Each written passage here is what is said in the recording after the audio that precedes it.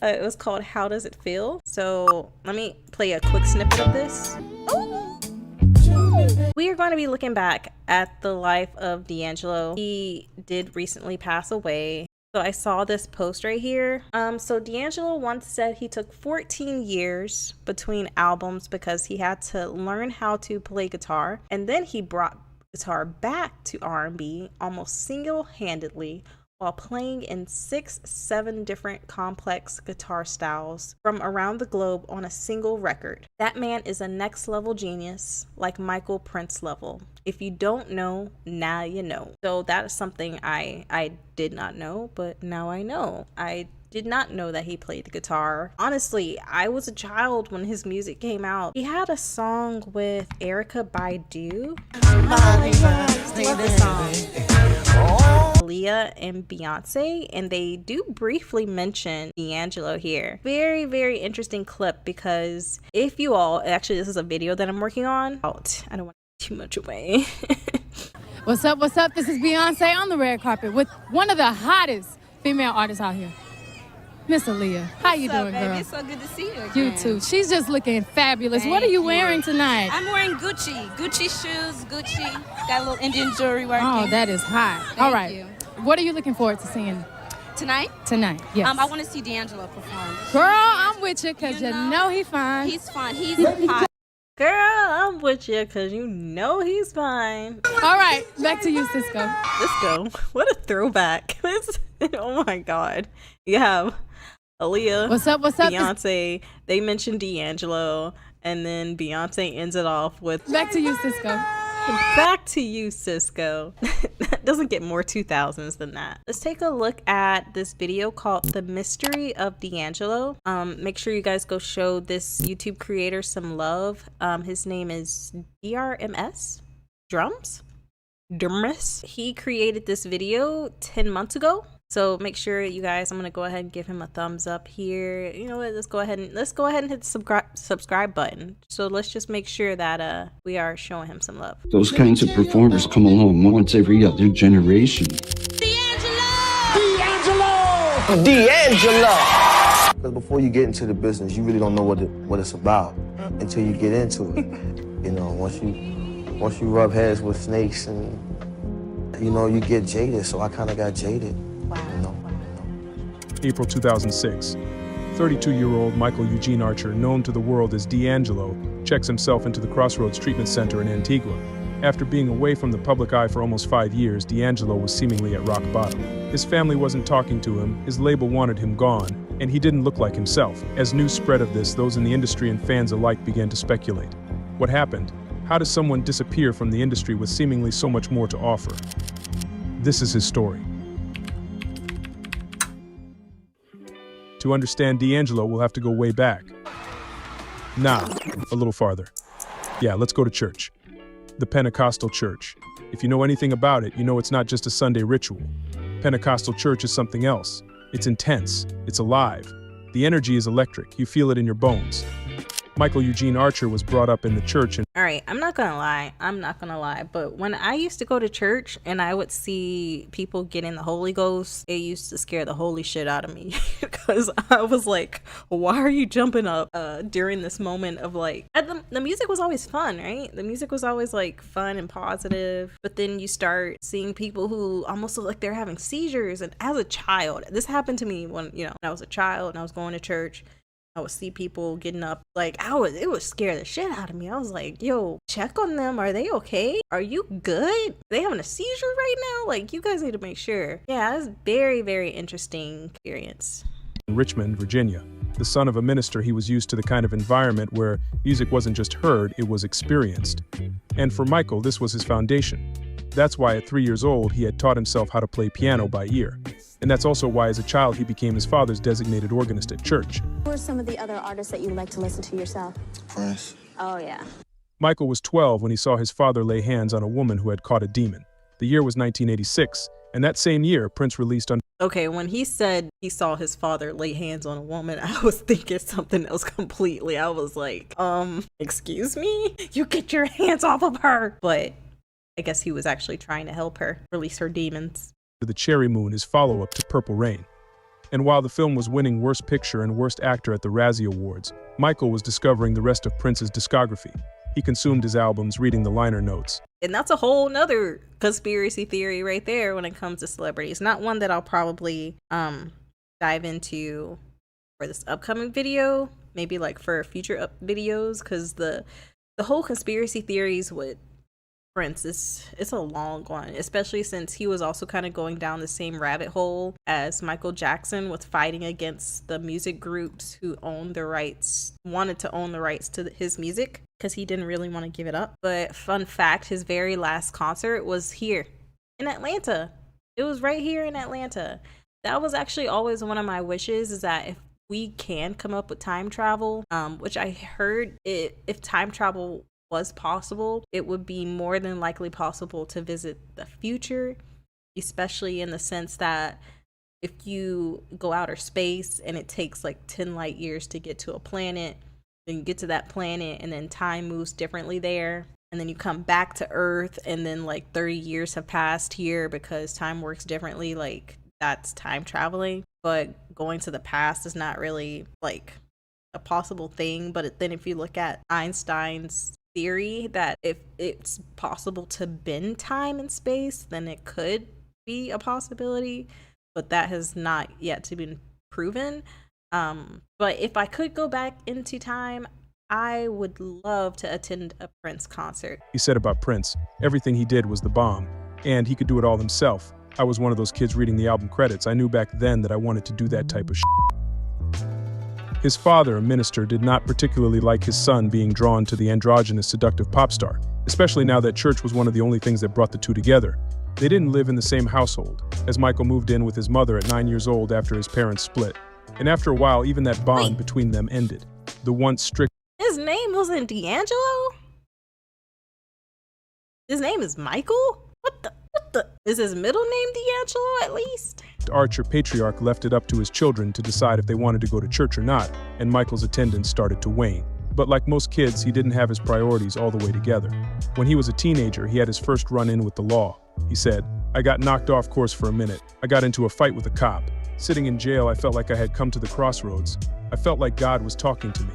From that point, he knew he needed to focus on music. But something weird was going on with Michael. He kept having these dreams about Marvin Gaye. The first dream was in black and white, and at Hitsville, USA, Marvin looked like he just stepped off stage at the American Bandstand, and he wouldn't let go of Michael's hand. When he died, I remember that whole day and everything that happened. I remember, us going over to my cousin's house. We just came from church, and we went to my cousin's house, and, it was April Fool's Day, and they told me that he had got shot, and I didn't believe him. I thought it was a joke.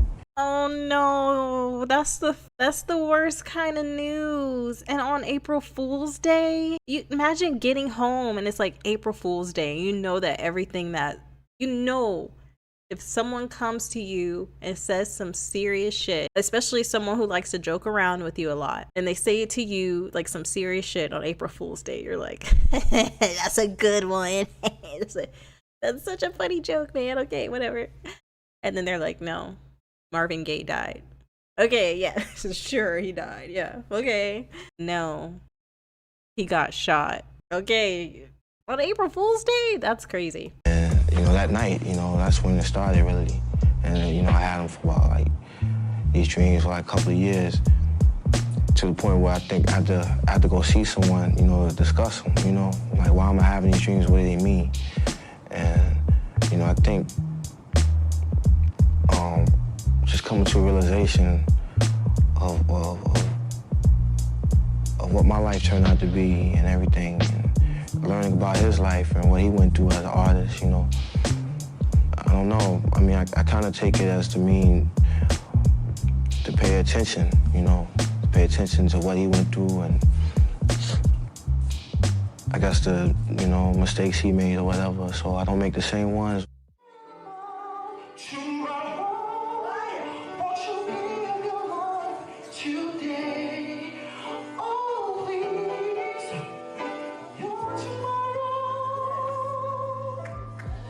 Michael formed a couple singing groups with his cousins and started performing around Richmond.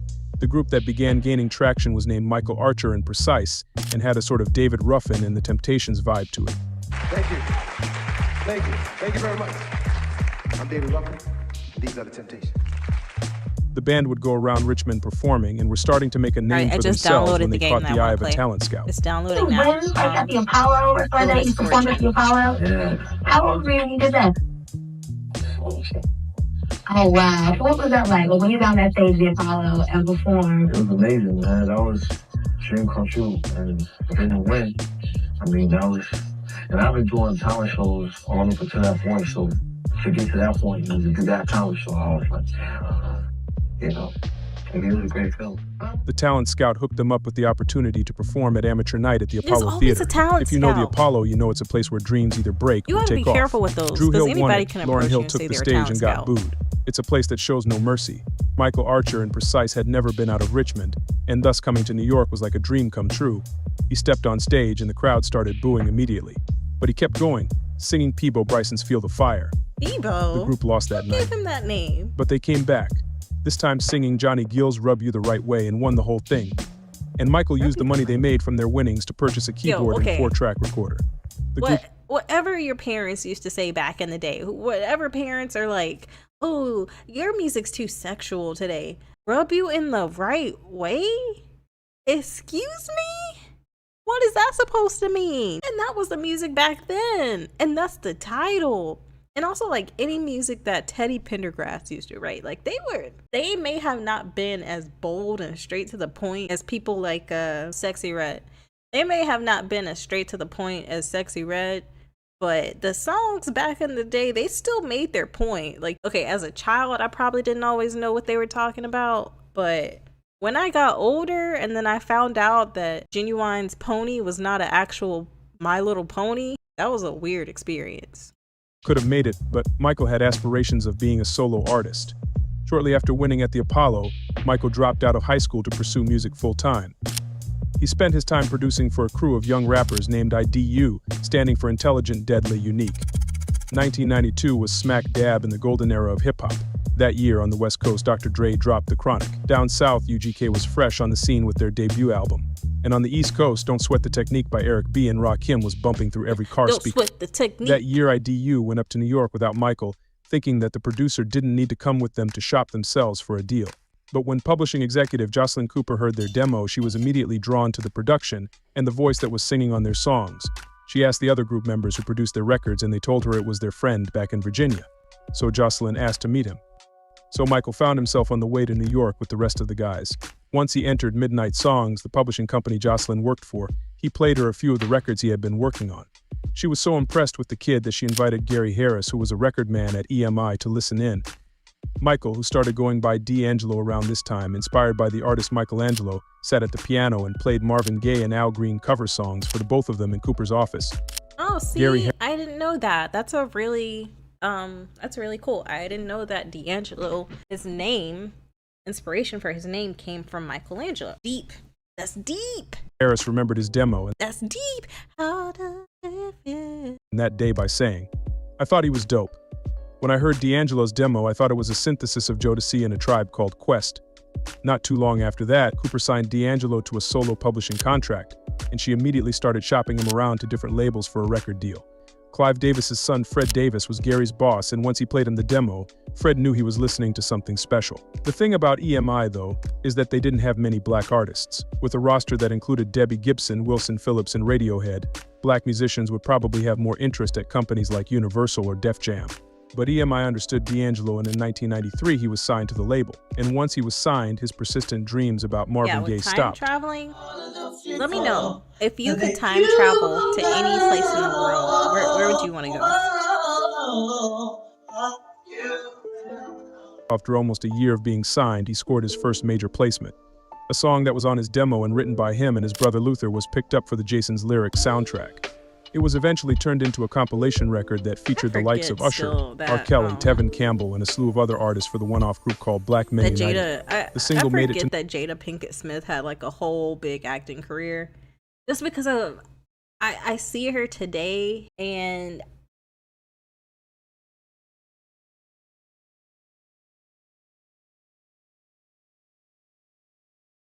number 5 on the hip-hop and R&B charts. And D'Angelo had his first hit. The song also featured Raphael Sadiq, who was also working with Jocelyn Cooper. She introduced the two to each other and they began working on music together. One of the songs Raphael played for Dee was something he had written 4 years earlier about a girl he met in Long Island. But let's not get too ahead of ourselves. We're still in 1994 and D'Angelo is gaining some traction in the industry. He produced the track Overjoyed for the Boys Choir of Harlem, as well as began writing for other groups.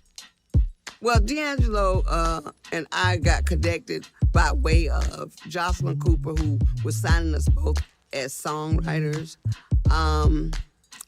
When I was in the studio with Vertical Hole at the time, when D'Angelo came into the studio. But I have you to know that, and I'm gonna have everybody know because I want to set the record straight. He pursued me. I did not pursue him. I thought he was older than what he was because he had an old soul. One of the groups he was working with was named Vertical Hold, which was a trio featuring another one of Jocelyn's artists, Angie Stone. The two began working with each other in '93, not just on Vertical Hold's music, but on D'Angelo's solo project as well, and eventually the two began a romantic just on Vertical artists, Angie Stone with was named Vertical Hold, which was a trio featuring another one of Jocelyn's artists, Angie Stone. Angie Stone. Oh, isn't there a conspiracy theory with Angie Stone? Why is this all connecting, y'all? This is weird. Okay, Angie Stone. She also passed in 2025. She passed March 1st, 2025. Oh, no more rain.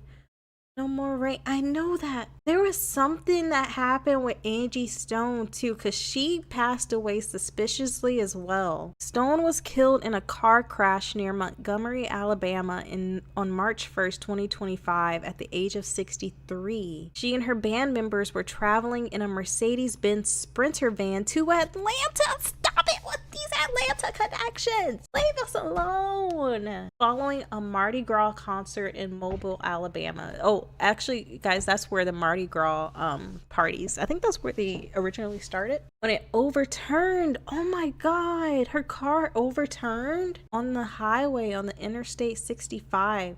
The stationary vehicle was then hit. The stationary vehicle was then hit by a Freightliner Cascadia semi-trailer truck. Damn. By one of these? While the passengers were trying to exit. They were trying to exit their stationary vehicle and then they got hit. Oh no. While the passengers are... Yes. No, yes. That's what it is. The stationary vehicle was then hit by the semi-trailer truck while the passengers are trying to exit. And she was the only fatality. This is me. This is my face while I'm connecting the dots because it's just weird. His connection for being inspired by Prince, who also struggled within the music industry, who's also a legend, and Michael Jackson, who was also an inspiration for D'Angelo. And Michael Jackson also had his own struggles within the music industry. Angie Stone, if I'm not mistaken, she did try to come out and reveal something about the music industry. And then this happened. Final year, Stone changed labels again from 2019 album Full Circle. It all just sounds a little too fishy. The two began working with each other in '93, not just on Vertical Hold's music, but on D'Angelo's solo project as well, and eventually the two began a romantic relationship. Angie was 31 years old at the time. D'Angelo was 19. Pretty interesting stuff. So, what was it like putting your first LP together? Oh my God! It was a lot of hard work. I had to deal with a lot of interruptions, but I stuck with it and got it out there. So, who were some of the other people you worked with? I worked with Ali Shaheed Muhammad. Okay, here's another fun fact for you guys, because I know way too much about T and Tamara. I was watching their reality show this past summer. But did you guys know T and Tamara are not really that close in real life? Like, they said that they're polar opposites. Tia is more like the Tamara in the TV version of Tia and Tamara of Sister. And then Tamara is more like Tia in the TV show version of Sister. Tribe, me and him did Brown Sugar together, and Raphael Sadiq from Tony, me and him did Lay together. So. Oh, Carl, well, speaking of Brown Sugar, you really honored African-American women with that song. Yeah, that's right. Brown Sugar, it's for black women, you know what I'm saying? For anything else that gets you high, really. Jocelyn introduced him to a bevy of collaborators like Angie, Raphael, and Ali Shaheed Muhammad, who Raphael would later link up with for the group Lucy Pearl, along with former En Vogue member Dawn Robinson. Even Brown Sugar was a complete accident. We were working on something completely different that D and I had picked out, and I've been a Mac user for Hey, Sleepyhead. 24 years. Welcome. And my Welcome Mac, to I was the chat. I've never touched a Just PC. hanging out here, Heard stories about the bugs, watching, but I was having issues in the studio, history and on D'Angelo. stuff wasn't working, and D started playing his one bass line. Passed I was away, like, but man, his what is that? past, Like, I don't know. I'm just waiting for you to finish. his history is it's really connecting. And in 15 minutes, the song was done because I just dead it whatever was going on and got to this. So Lucy Pearl, again, just being open to the conversation, to the experience. And Raphael's like a big brother to me. And actually, that wasn't supposed to be Dawn Robinson. That was supposed to be D'Angelo. One day, while D'Angelo and Ali were in the studio, Ali was inspired by some chords D was playing, and he programmed the beat for the song Brown Sugar in 15 minutes. Ooh, Billy The two instantly knew they had a hit. Oh my God. Sorry, I hit my desk. Yeah, Billy Idol concert would be amazing. And her name was Brown Sugar. See, we've been making love constantly. That's why my eyes always say, blood burn the beat. Yeah, alright. After months of creating in the studio, D finally felt that the album was ready. But when he went to turn it in to EMI, the label execs didn't like it, because nothing sounded like it at the time. The year was 1995, and Bad Boy was ruling radio. R&B acts like Soul for Real were new on the scene, and Boys to Men and Jodeci were still the top hitmakers. Brown Sugar was released in July. The album debuted at number 6 on the R&B charts and sold 300,000 copies in the first 2 months. The title track, which was the lead... about his song, How Does It Feel? But I forgot. Brown Sugar. Brown Sugar. That was a good song too. Single was released a month before the album and peaked at number 5 on the R&B charts. The follow-up single, Cruisin', was also Brown Sugar is like very good. Was a cover of the Smokey Robinson Motown track and also made it to the top 10 on the R&B charts. The album was received well critically and received 4.5 stars on AllMusic. Rolling Stone magazine praised it by saying, "He's shattering the conventional definition of black music. It doesn't have to be a lackluster genre in which format, not content, determines heavy rotation." Better. Brown Sugar is a reminder of where R&B has been, and if the genre is to resurrect its creative relevance like a phoenix rising from the ashes, where it needs to go. There were many artists doing their thing at the time. For example, Tribe Called Quest and Mint Condition had been doing some really cool stuff sonically. However, the public had never heard something quite like D'Angelo, and Kadar Massenberg, his manager, created a term to define his music, neo-soul. That man's teeth was really white. Did you see how white his teeth were? I'm actually going back to the dentist again this week, guys. It was like my last stream. I had gone to the dentist earlier in the day, and then I got on stream and I started eating candy. Actually, I still have the wrapper right here on my desk, the candy wrapper. That's the caramel apple. You can get these at your local Kroger. They are by Tootsie. Okay, those teeth. Yeah. I'm almost there. I gotta get some alignment with my teeth. But look at his teeth. Whoa. Now, he wore braces as a child for sure. His manager, created a term to define his music. Neo-soul. I don't get the term would later be described to define the music of artists like Maxwell, Lauryn Hill, and even Jaguar Wright when she was still singing.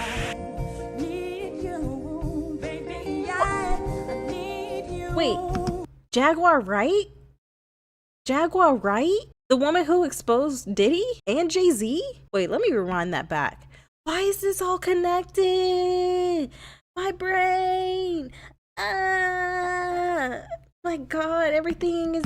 Term to define his music, neo-soul. The term would later be described to define the music of artists like Maxwell, Lauryn Hill, and even Jaguar Wright when she was still singing.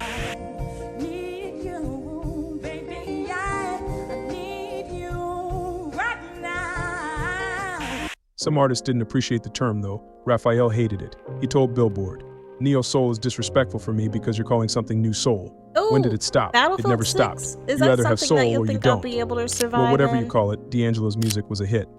By 1996, the album was platinum. He started to grow a fan base and became popular, especially with the ladies. I've never He played was still it before. involved with Angie, but there was some trouble in Paradise. Angie Angie recalled to GQ an incident that happened at an Armani fashion show in 1996. D'Angelo was set to perform and they were going to enter together, but once they got close to the venue, they were stopped and he was requested to get into another car to be escorted by Vivica Fox.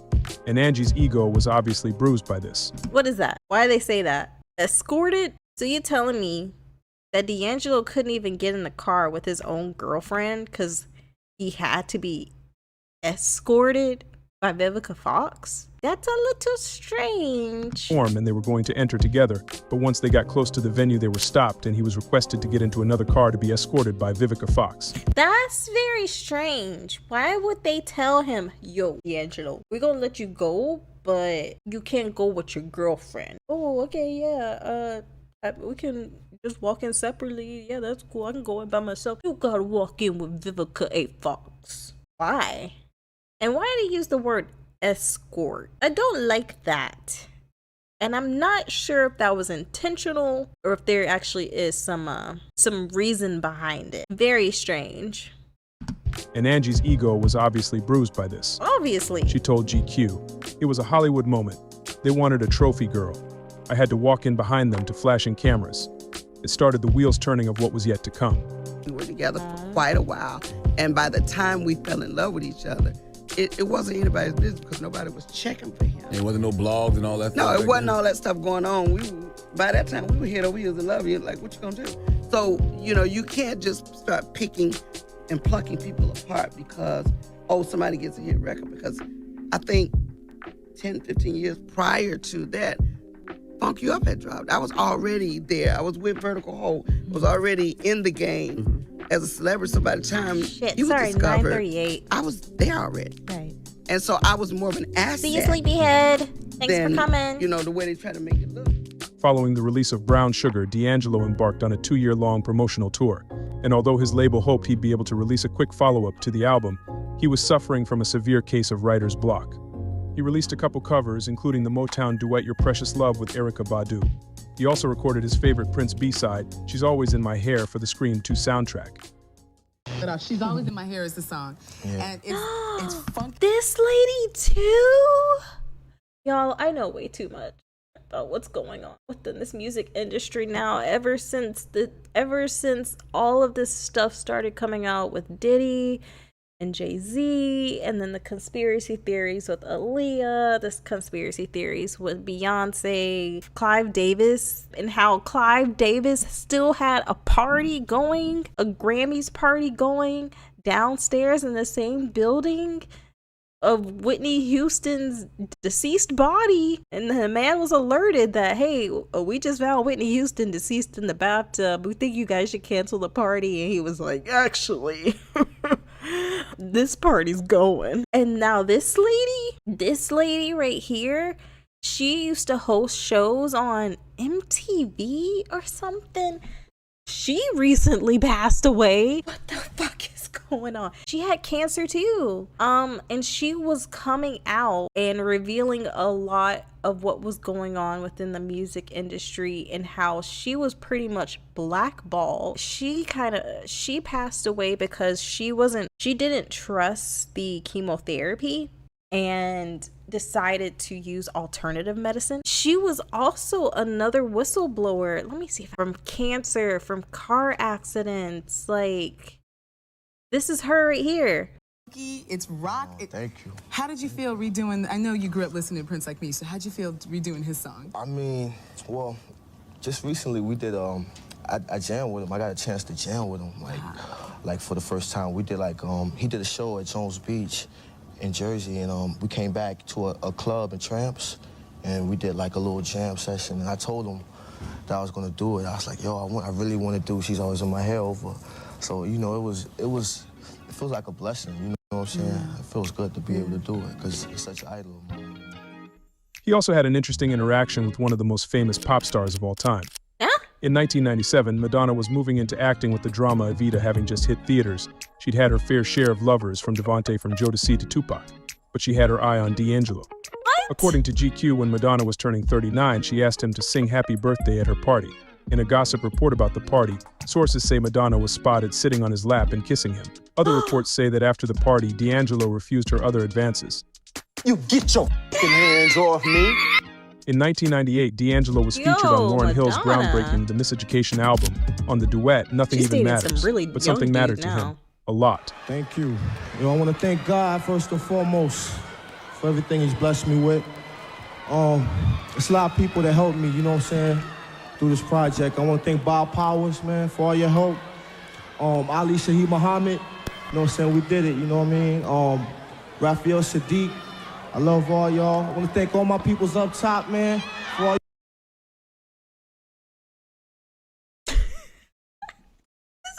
boyfriend. This is Madonna, and this is her boyfriend. Oh, she got a thing for black guys. Okay.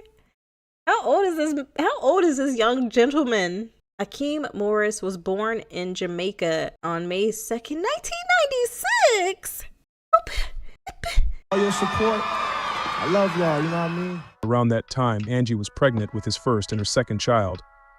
Michael D'Angelo Archer II was born in 1998. Shortly after his birth, the parents broke up, but they would keep seeing each other on and off for the next few years. But when his son was born, D'Angelo's writer's block began to vanish and he was able to pen the song Send It On as an ode to his son. Shortly after the birth of his junior, he released a live album using recordings from his previous promo tour entitled Live at the Jazz Cafe. In the interim after his debut album, D'Angelo linked up with drummer and producer Questlove. After initially blowing him off during the Brown Sugar sessions, Questlove really wanted to be a part of D's second project. The duo, along with producer Jay Dilla, formed a collective called the Soulquarians, which derived from Aquarius, which was all three of their zodiac sign, and Soul, which was obvious. The crew would later be joined by other artists like Erica and Common. The collective got started recording for D'Angelo's second album at Electric Lady Studios in New York, formerly owned by Jimi Hendrix, and where Stevie Wonder recorded Talking Book. The studio hadn't had much traffic in the 90s until D and the crew made it their home, and after hours of experimenting and hundreds of jam sessions, they created the album Voodoo. Feel the magic of D'Angelo. Voodoo. Isn't that a weird name for an album? And by the time it was ready to be released, D'Angelo sculpted his outward appearance just as well as he conjured up the lyrics and production to the 13-track project.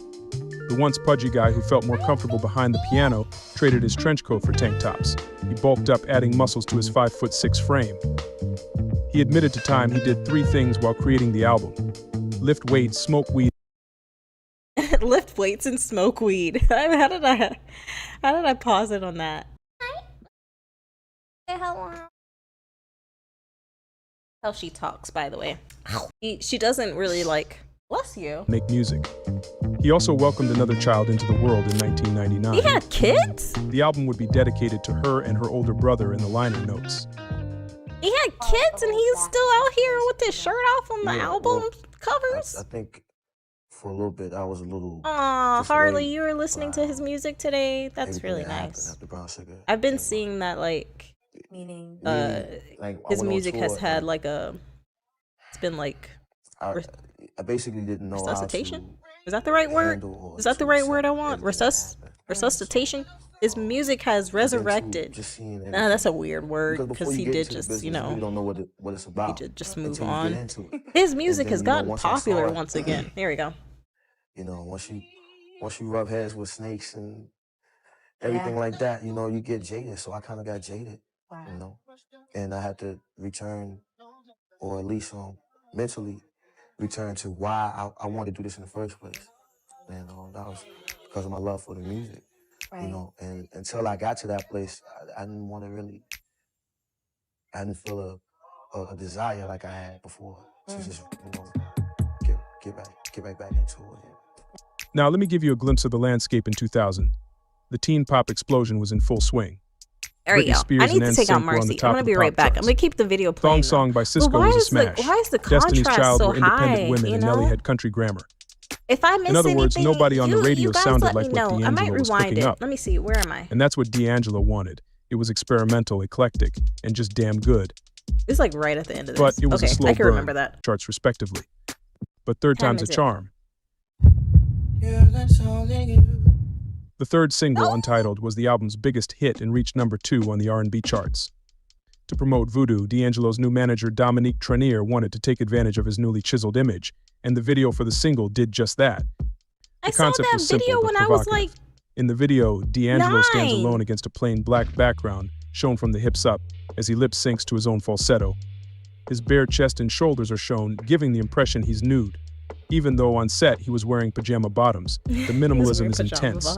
There are no distractions, no background dancers, no props, just D'Angelo's voice and the palpable intimacy of the song.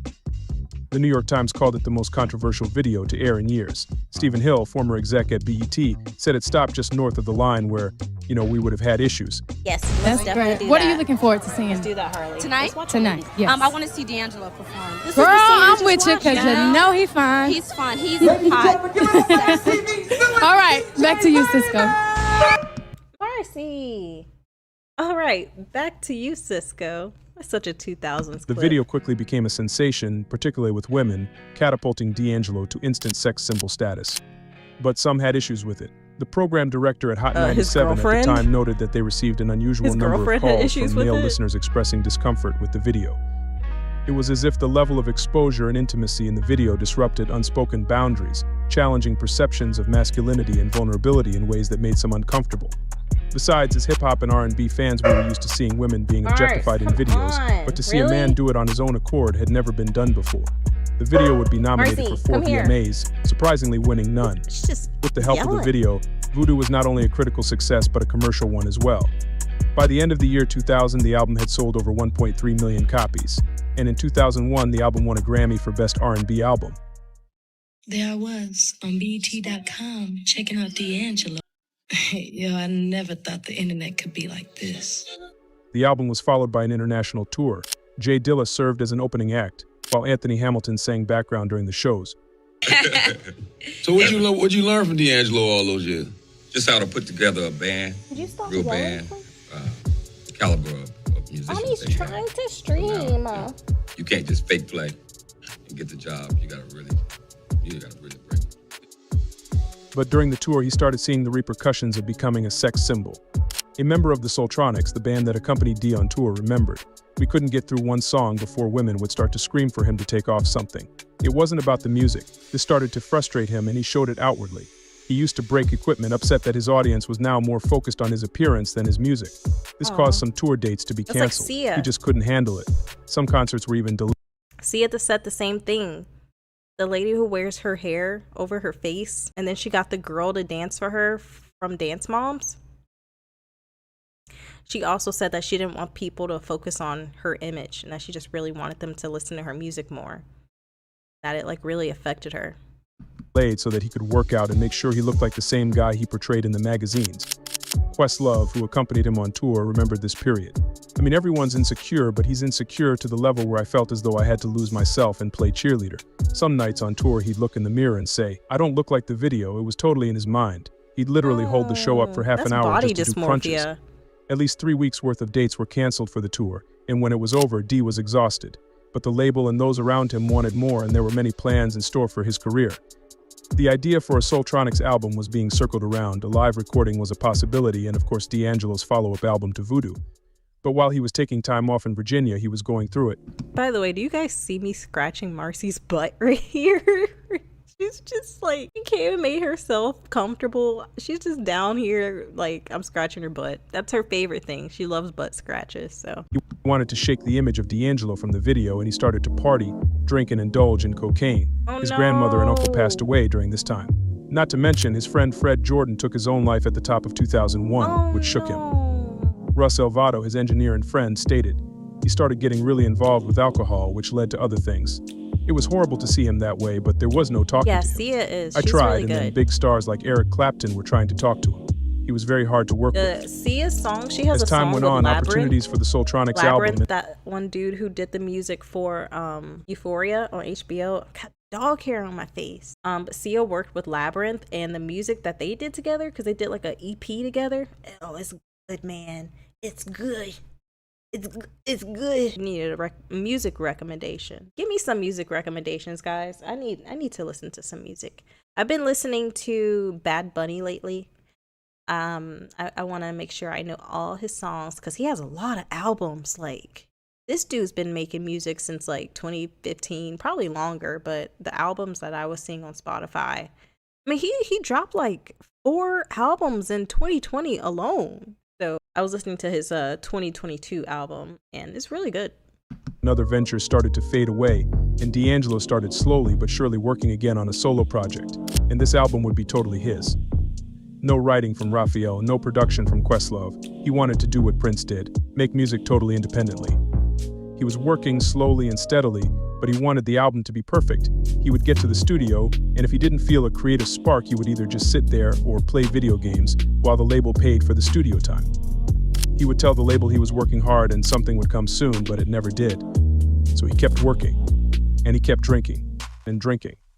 He was arrested in 2002 for disorderly conduct, assault, and more after an incident where he allegedly cut off a woman in his car. Cool shot. It's alleged that he spit on her and fled the scene. My God, I love when that cops shot. went to arrest him, they claimed that they had to pepper spray the star to subdue him. There was a point where if you would have asked me about him, I would say, my God, I just go to bed every night. Bad Bunny's latest and pray out album's and I really get the phone good. call that he's either in jail or in danger or, God forbid, something worse. Okay, I'm gonna listen to that. And by next. 2004, the label had enough. They removed funding for the album, and I'll listen D'Angelo to could that no this longer weekend. spend money on studio time with nothing to show for it. Thank you for the It recommendation. had been nearly 3 years since he had put out any solo music, and in the fast-paced industry, that was 3 years too long. And then, at the top of the next year, he was arrested on multiple charges, including driving that's under the influence. unfortunate. When it comes to the music industry, it seems like the longer you wait in between albums, like especially today with how fast everything moves and with like trending songs, and like if you don't have an album out, Possession of marijuana and cocaine and disturbing the peace. While dealing with that, Clive Davis's J Records acquired his contract from Clive Davis. But we need to, you know what? We should do bingo card. And each time someone's name pops up, oh, Diddy, oh, Clive Davis, oh, Prince. Not Prince being like the bad guy or anything, because he was the one trying to fight against them. But we should do like a bingo card. And each time we hear their names, like Clive Davis, Diddy, connected to these weird situations, these weird situations where our favorite musicians, mysterious cancer suddenly appears, mysteriously gets run over by a car. I'm cooking, guys. I'm cooking. We're gonna do something here though, because that's wild. Virgin in hopes to revive his now fledgling career in July. Clive Davis's J Records and cocaine and disturbing the peace. While dealing with that, Clive Davis's J Records acquired his contract from Virgin in hopes to revive his now fledgling career in July of 2005. His contract, y'all. But a few months later, D'Angelo was in his Hummer in Virginia when it crossed the roadway and struck a fence. He was ejected from the vehicle and spent several days in the hospital. He was allegedly under the influence at the time. A woman was with him and injured in the crash as well and was said to be driving since D'Angelo's license was suspended months before due to the DUI arrest. This accident came only a week after. According to Richmond Magazine, he was spotted leaving a courtroom after a judge had gave him a 3-year suspended jail sentence for the drug possession charge. Interestingly, Angie Stone alleges that letters went around the industry accusing her of introducing him to drugs and alcohol and blaming her for the demise of his career. She stated that she believed D'Angelo had no knowledge of the letters, but his label and handlers had something to do with it. 2005 things looked all bad for D'Angelo. There shouldn't be this He wasn't many talking to his connections, family. right? He was suffering from addiction. I don't And know. he didn't look like himself. And not to mention, in May 2006, his home was set to go to auction. D'Angelo, we started famous music that wasn't about Marcy, come here. overly synthesized or overly remixed. R&B music was kind of lost at that time. We come from the 80s where it was kind of Luther Vandross and Anita Baker, but there wasn't a lot of real earthy, real music. All of a sudden, there was D'Angelo. Neo-soul hit its stride in the early 2000s. Jill Scott released her debut album. Raphael's new age trio Lucy Pearl had split and he released his first solo project, Instant Vintage. Erykah's Bag Lady went #1 on the R&B charts. Even Angie had finally gotten her solo break in '99. But years later, D'Angelo, the undisputed creator of the subgenre, was a shell of himself. It seemed like a pattern for some of the genre's Yeah, Bad titans. Bunny is Maxwell really good. disappeared from the spotlight after releasing 3 successful albums to focus on his mental health. Lauryn Hill famously dropped out of the didn't know public that eye after her Maxwell smash struggled with debut and sort of mental final album, the pressure of fame being one of the reasons. It might have just been the nature of the genre. The music was just too good to microwave. And in a capitalistic society where labels treat artists like robots meant to create cash flow, soul music and celebrity didn't mix. D'Angelo had tried Rehab before the accident and it didn't work, but J Dilla's passing in 2006 served as a sort of wake-up call. He knew he needed to do something about his life. He called his old friend Gary Harris, and they made the trek to Antigua to get him help. Once he was admitted into the facility, he was in full-on recovery mode. He said about his time really there. nice rehab. It was like all these celebrities, when they go to these rehabs, it just looks like a 5-star vacation. once he was Look admitted at that. into That's his rehab? Gary Harris. That's his and they made the rehab? trek Oh my god, that looks like the set of White Lotus on HBO. Oh my god, that's beautiful. to Antigua to get him help. Once he was admitted into the facility, he was in full-on recovery mode. He said about his time there. It was like sobriety boot camp. They are up in your shit. After his time in rehab, he was back to himself. He felt better, looked better, and he could finally create. D'Angelo would feature on many artists' albums during this time, but no solo releases would come. But many of the people who heard what he was working on would tease it in the press, calling it a masterpiece and giving his fans something to hold on to while they waited. I just have a quick question. Do you know what D'Angelo is up to? He's working on his music still, and the music is, you gonna shit on yourself. Yeah. do you know if he has any like imminent release plans?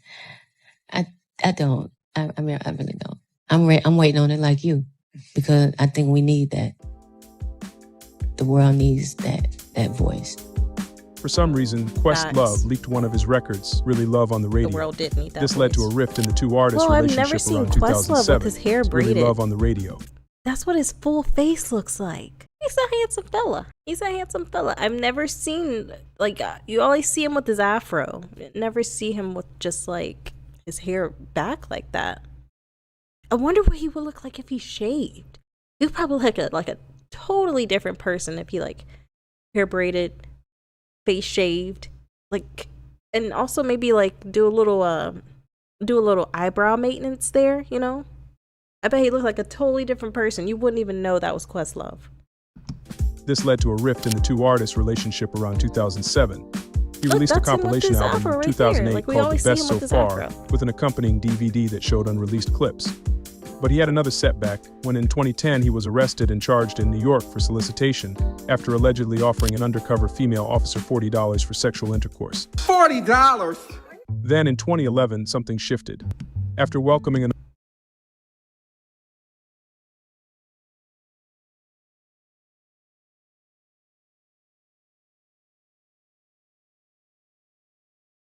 another son, and after almost a decade away from the public eye, D'Angelo announced a tour. The 11-date European tour spanned from London to Stockholm, where he performed both old and new material. This was the warm-up, as he was gearing up to perform for the first time in years in America at the Bonnaroo Music Festival with Questlove, who he had made up with after their falling out years prior. D'Angelo moved to RCA Records during that period, as J Records would shut its doors permanently due to a restructuring. But D'Angelo was finally ready. In December 2014, more than a decade removed from his previous work, he released his third album, Black Messiah. He originally wanted to release it later, but he was so moved by the Mike Brown and Eric Garner police-sanctioned killings that he moved up the release. The album was a surprise drop, in true D'Angelo fashion.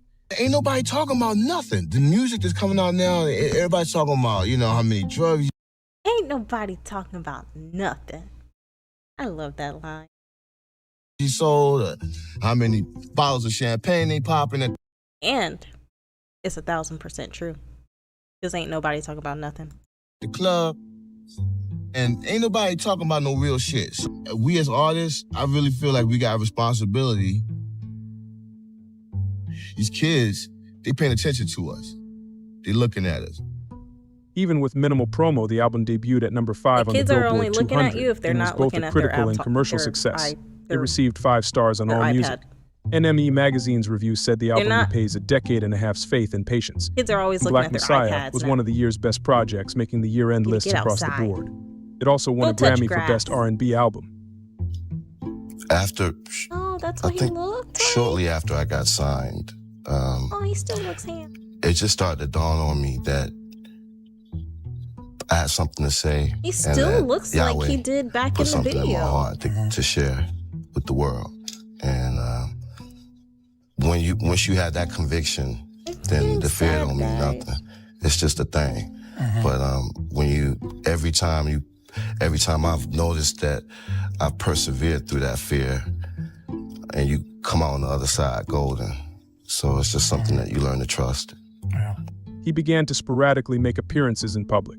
When Prince suddenly passed away, he performed a tribute on The Tonight Show. He also featured on the Red Dead Redemption soundtrack in 2018. He was on after Red previously... Dead Redemption. Wait, he was on the Red Dead Redemption soundtrack? How the reclusive R&B ote? What's that word? This is how you know that I didn't go to a fancy college. Being a playtester for the video game. There was also a documentary released about his life, Devil's Pie, in 2019.